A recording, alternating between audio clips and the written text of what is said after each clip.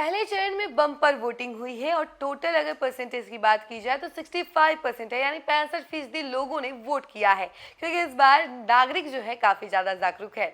लेकिन वहीं अगर बात की जाए मिथिलांचल, तिरहुत और कोसी क्षेत्र की, तो यहाँ पर हमेशा से एनडीए का दबदबा देखा गया है। लेकिन यहाँ पर सबसे ज्यादा वोटिंग भी हुई है, और क्या दूसरे चरण में इतनी वोटिंग हो पाएगी या नहीं, और जिस तरीके से हर बार एनडीए का दबदबा रहता है, इस बार क्या एनडीए का दबदबा है या फिर महागठबंधन का है, इसके बारे में हम आपको जानकारी देने वाले हैं। लेकिन उससे पहले नमस्कार, न्यूज़ फॉर नेशन देख रहे हैं यहाँ पर मैं हूँ सानिया आपके साथ। बिहार में विधानसभा चुनाव है और इसी बीच आपको बता दें 11 नवंबर को दूसरे चरण का चुनाव है। अब कुछ ही समय का एक इंतजार है, और क्योंकि अब कुछ ही समय के बाद जो है दूसरे चरण का चुनाव होगा, और इसके पहले चुनाव प्रचार भी कल बंद हो जाएगा, और इन्हीं वक्त में सब कुछ कर लेना है, यानी आज और कल का समय है। और इसी समय में चुनाव प्रचार जो होगा वो काफी धुआंधार होगा। जितने भी नेता हैं वो सभी बिहार आएंगे और अपनी अपनी जान जो है इस चुनाव प्रचार में डाल देंगे, क्योंकि कहीं ना कहीं ये चुनाव प्रचार बहुत अहम होने वाला है।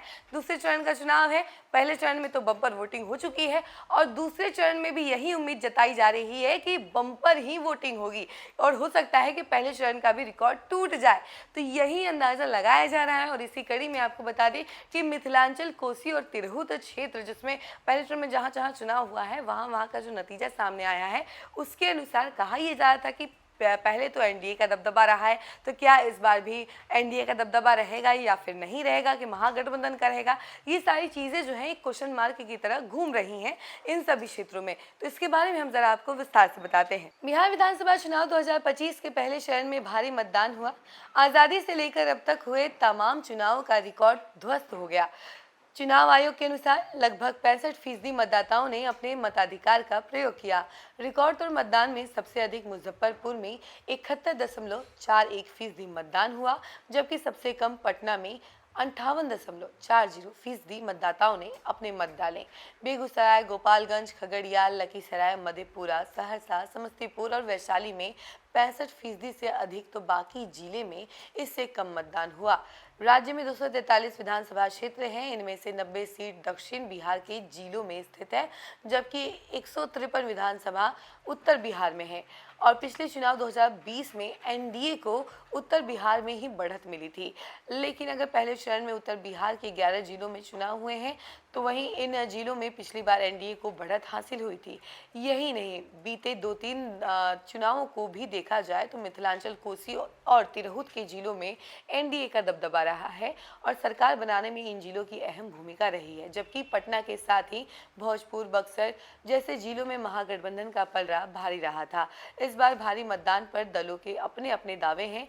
सत्ताधारी दल जहां सत्ता में वापसी का दावा कर रहा है, तो वहीं विपक्ष बिहार में इसे बदलाव का संकेत मान रहा है। हालांकि समग्रता में देखें तो इस बार पहले चरण में जिन 18 जिले में चुनाव हुए हैं, उसमें पिछली बार 2020 के इलेक्शन में एनडीए और इंडिया गठबंधन के बीच कांटे की लड़ाई हुई थी। महागठबंधन को 61 सीटों पर जीत हासिल हुई, तो एनडीए को 59 सीटों पर एक सीट लोजपा के खाते में गई थी। बाद में लोजपा के विधायक जदयू में शामिल हो गए थे। राजद ने पिछली बार 42 सीटों पर जीत हासिल की थी। कुल 75 में से उसे आधे से अधिक सीटों पर पहले चरण के चुनावों में ही जीत हासिल मिली थी, जबकि भाजपा को 32 और जदयू को 23 सीटों पर जीत हासिल हुई थी। कांग्रेस ने 8, भाकपा माले ने 7, सीपीआई और सीपीएम ने 2-2 पहले चरण की सीटों में से ही जीती थी, और पहले चरण के मतदान वाली अधिक सीटें पहले जदयू के कब्जे में रहीं। यही कारण है कि इस बार भी एनडीए में जदयू ने सबसे अधिक 57 सीटों पर अपने उम्मीदवार उतारे हैं। भाजपा ने 48 सीटों पर प्रत्याशी उतारे हैं, और लोजपा आर ने 12, तो रालोमो ने 2 सीटों पर चुनाव लड़ी है। वहीं आपको बता रहे हैं कि जबकि महागठबंधन में राजद कुल सीटों पर यानी कि 143 में आधे से अधिक 73 सीटों पर प्रत्याशी पहले चरण में ही उतारे हैं, जबकि कांग्रेस की 24 और भाकपा माले 14, वीआईपी 4, माकपा का 3 और भाकपा के 4, और आईपी गुप्ता की अगर बात की जाए तो आईपी गुप्ता के 3 उम्मीदवार इस चरण में थे।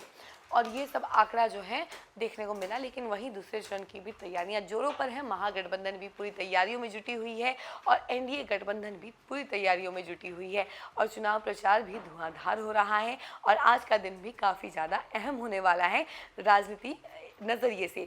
और आपको आसमान में कई सारे हेलीकॉप्टर उड़ते हुए नज़र आएंगे, तो आप घबराइएगा मत, क्योंकि आज जो है जितने भी धुरंधर राजनीतिक कह सकते हैं कि फेस हैं, वो सब आपको नज़र आएंगे। मैदान में जनसभाएं करते हुए नज़र आएंगे और अपनी बातें पहुंचाते हुए नज़र आएंगे और अपने गठबंधन के लिए वोट मांगते हुए नजर आएंगे और पूरी कोशिश करेंगे कि आप लोग जो हैं उनकी बातों से प्रेरित हो जाएं और जिस गठबंधन से वो हैं उन्हें आप वोट करें।